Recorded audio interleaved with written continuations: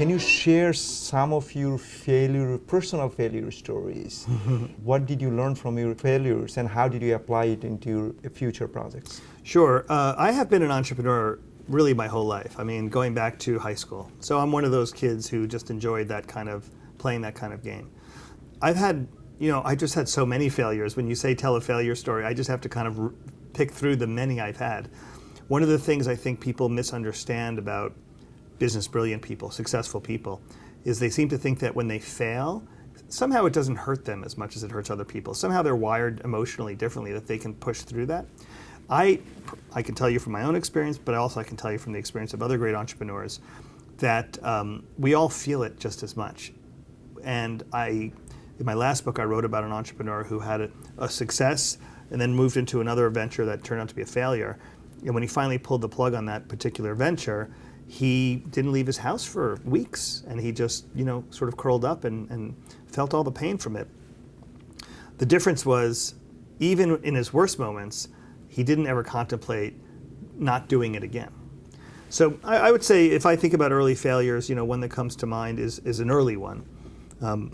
Early on, I worked, I'll leave the names of these companies off just not to make anyone feel bad, but I worked at a company that worked in the personal finance media space, like Susie Orman, kind of in that similar space. And a small group of people, really, it wasn't even a company yet, really. It was just a couple guys with an idea for a website came through. And I tried to create an opportunity between the company I worked for and this small group of guys. And I went about it all wrong. I just mishandled every part of it. I mishandled it in terms of how I explained it to the people I worked with, and I mishandled it in terms of the way I explained it to the people who were coming through my doors, that I thought there was a lot of opportunity. I just blew it every single way. And both of them said, we're not interested in any of it. We're not interested in doing it with you. We're not interested in doing it with each other. And I was the reason why all of that happened. And those guys went on to become extremely successful.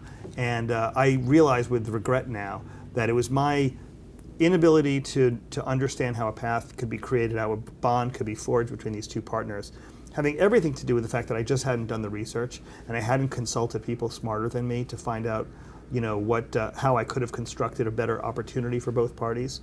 And it was definitely one of the ones that got away from me. And I learned everything about, I do the research, and you have to walk in with ideas and solutions, and of course you have to be prepared for that conversation to go wherever it goes. So I think a lot of what we think of as failures or setbacks when you're an entrepreneur are deals that you didn't pull together and then someone else did.